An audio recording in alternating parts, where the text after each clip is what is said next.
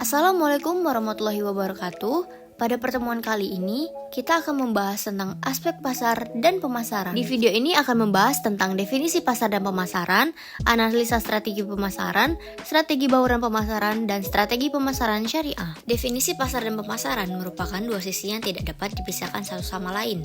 Pasar dan pemasaran memiliki tingkat ketergantungan yang tinggi dan saling mempengaruhi satu sama lainnya. Pemasaran adalah suatu proses sosial dan manajerial di mana individu dan kelompok mendapatkan kebutuhan dan keinginan mereka dengan menciptakan, menawarkan, dan bertukar sesuatu yang bernilai satu sama lain. Pada konsep inti pemasaran yaitu kebutuhan, keinginan dan permintaan, produk, nilai, biaya, dan kepuasan, pertukaran, transaksi, dan hubungan, pasar dan pemasaran, serta pemasar. Selanjutnya, analisa strategi pemasaran. Tujuan utama analisa strategi pemasaran adalah untuk mengetahui dukungan apa saja yang diperlukan agar pelanggan potensial mau membeli produk yang ditawarkan, terutama pada kondisi persaingan yang sangat ketat seperti saat ini. Unsur strategi persaingan adalah menentukan segmentasi pasar atau segmentation, menetapkan pasar sasaran atau targeting, dan menentukan posisi pasar atau positioning, atau yang sering disebut STP. Selanjutnya, segmentasi pasar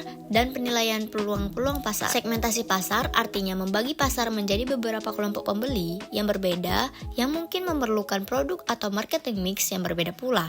Tujuannya adalah agar segmentasi yang telah dilakukan tepat sasaran. Riset pasar adalah pengumpulan atau pencatatan dan analisis secara sistematis atas informasi yang berkaitan dengan pemasaran dan jasa. Tujuan riset pasar adalah mengumpulkan informasi untuk pengambilan keputusan pada perasaan dan pendapatnya sendiri. Selanjutnya, analisis potensi pasar dan identifikasi pasar potensial. Penentuan dan evaluasi potensi pasar dari usaha bisnis baru yang direncanakan hendaknya dimulai dengan pengumpulan data yang relevan dengan pasar mengenai pelanggan potensial, memotivasi pembeliannya, dan dampak perubahan dalam karakteristik produk pada potensi pasar. Kemudian langkah-langkah untuk mengidentifikasi dan mengestimasi potensi pasar adalah sebagai berikut. Yang pertama, identifikasi pemakai akhir tertentu dari produk atau jasa. Yang kedua, identifikasi segmen pasar pokok, yaitu kategori pelanggan yang relatif homogen. Dan yang terakhir, menentukan volume pembelian potensial dalam setiap segmen pasar dan volume total dari semua segmen. Selanjutnya, sumber informasi pasar dan posisi pasar atau market positioning. Pendekatan untuk memperoleh data bagi informasi ada dua. Yang pertama, mengadakan segi yang secara spesifik dirancang untuk mengumpulkan informasi pada proyek tertentu. Informasi yang dihasilkan dinamakan data primer. Yang kedua, menemukan data-data relevan yang diterbitkan oleh lembaga pemerintah seperti Biro Pusat Statistik, Perbankan, Kadin, dan Biro Penelitian lainnya. Jenis informasi ini dinamakan data sekunder. Kemudian, strategi bauran pemasaran. Adapun strategi bauran pemasaran tersebut adalah A. Strategi produk. Yang biasanya dilakukan oleh perusahaan diantaranya adalah 1. Desain produk, 2. Penentuan logo dan mutu, 3. Menciptakan merek, 4. Menciptakan kemasan, dan yang kelima, labeling.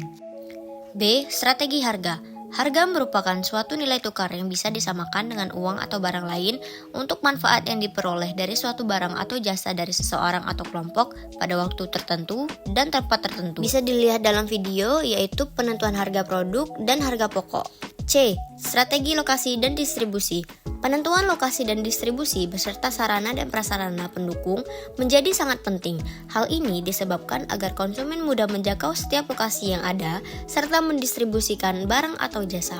D. Strategi promosi. Promosi merupakan suatu upaya untuk memberitahukan atau menawarkan produk atau jasa pada dengan tujuan menarik calon konsumen untuk membeli atau mengkonsumsinya.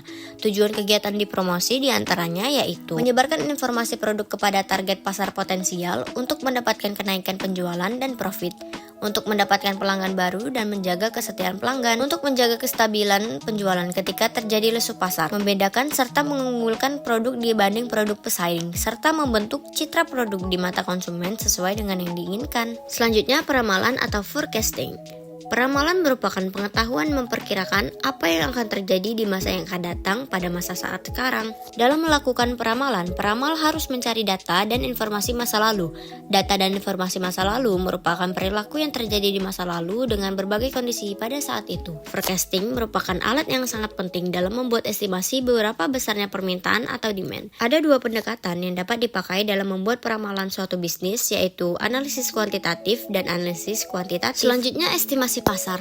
Untuk mengetahui besarnya pasar nyata, potensi pasar dan total pasar dalam suatu wilayah perlu dilakukan penelitian terlebih dahulu. Penelitian dilakukan untuk memperoleh data baik dengan metode yang relevan seperti melalui survei, kuesioner, atau dengan pengumpulan data sekunder dari berbagai sumber. Kemudian untuk mengetahui pasar nyata dan pasar potensial dapat digunakan beberapa metode antara lain metode pendapat, metode eksperimen, dan metode survei. Selanjutnya analisa dan peramalan peluang pasar. Peluang pasar barangkali dapat diartikan sebagai peluang atau probability dari seseorang atau produsen, petani, atau pihak lain untuk menjual hasil dan mendapatkan keuntungan. Karena pelaku lembaga pemasaran tidak semua mampu memanfaatkan peluang ini, maka hanya mereka yang memanfaatkan peluang pasar yang akan memperoleh kesempatan baik tersebut. Selanjutnya, instrumen pengumpulan data. Metode kuantitatif memiliki perhitungan diantaranya adalah A. Dekomposisi, B. Arithmetic average, C. Moving average atau rata-rata bergerak, D. Weighted average atau rata-rata bergerak tertimbang,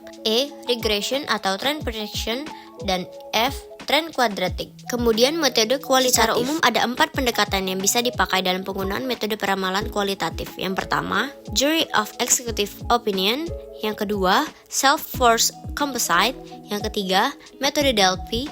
Yang terakhir, Customer Market Survey. Selanjutnya, strategi pemasaran syariah. Marketing syariah adalah sebuah disiplin strategis yang mengarahkan proses penciptaan, penawaran, dan perubahan values dari suatu inisiator kepada stakeholdernya yang dalam keseluruhan prosesnya sesuai dengan akad dan prinsip-prinsip muamalah Islam. Tujuan utama dari marketing syariah atau pemasaran syariah yaitu A. Memarketingkan syariah, di mana perusahaan yang mengelolanya berlandaskan syariah Islam dituntut untuk bisa bekerja dan bersikap profesional dalam dunia bisnis. Juga dibutuhkan suatu program pemasaran yang komprehensif mengenai nilai dan value dari produk-produk syariah agar dapat diterima dengan baik, sehingga tingkat pemahaman masyarakat yang masih memandang rendah terhadap diferensiasi yang ditawarkan oleh perusahaan yang berbasiskan syariah. B. Mensyariahkan marketing.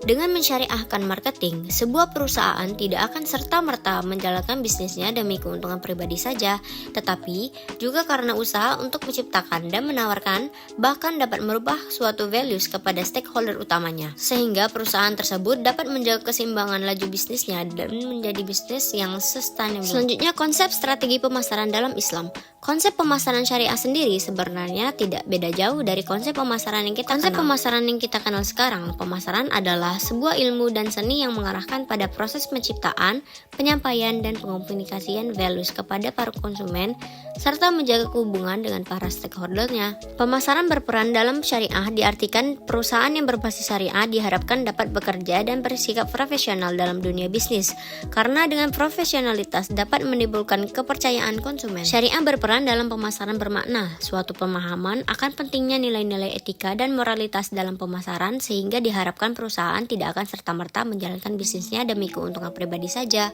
Ia juga harus berusaha untuk menciptakan dan menawarkan bahkan dapat merubah suatu values kepada para stakeholdersnya, sehingga perusahaan tersebut dapat menjaga keseimbangan laju bisnisnya sehingga menjadi bisnis yang sustainable. Seperti dari tujuan pemasaran syariah yang diberikan Hermawan dan juga Syakir Sula. Lalu konsep pemasaran syariah yang ditawarkan oleh Hermawan dan Muhammad Syakir diantaranya adalah 1. Syariah marketing strategi, 2. Syariah marketing taktik, 3. Syariah marketing value, 4. Syariah marketing scorecard, yang kelima, syariah marketing enterprise. Implementasi strategi pemasaran dalam Islam. Di dalam mengelola sebuah usaha, etika pengelolaan usaha harus dilandasi oleh norma dan moralitas umum yang berlaku di masyarakat.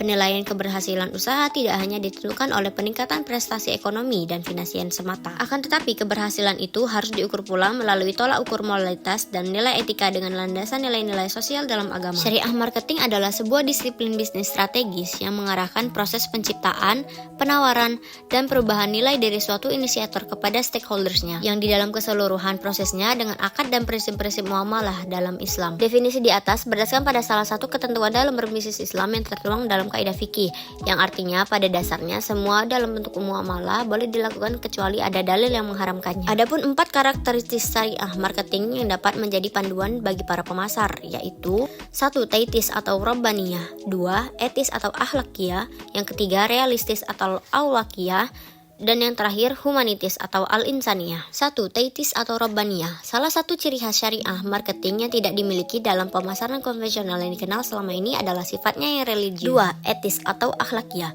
Keistimewaan lain dari pemasaran syariah selain karena teetis juga karena ia sangat mengedepankan masalah akhlak dalam seluruh aspek kegiatannya. Sifat etis ini sebenarnya merupakan turunan dari sifat teetis. 3. Realistis atau al-waqiyah. Pemasaran syariah bukanlah konsep eksklusif, fanatik, anti modernitas, dan kaku.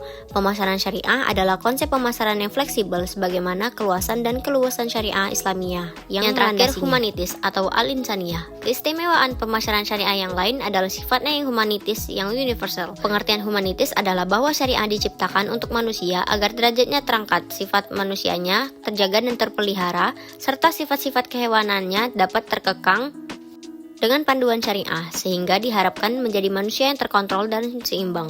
Bukan manusia yang serakah yang menghalalkan segala cara untuk meraih keuntungan yang sebesar-besarnya dan berbahagia di atas penderitaan orang lain. Sekian pemaparan materi tentang aspek pasar dan pemasaran. Terima kasih sudah menonton. Wassalamualaikum warahmatullahi wabarakatuh.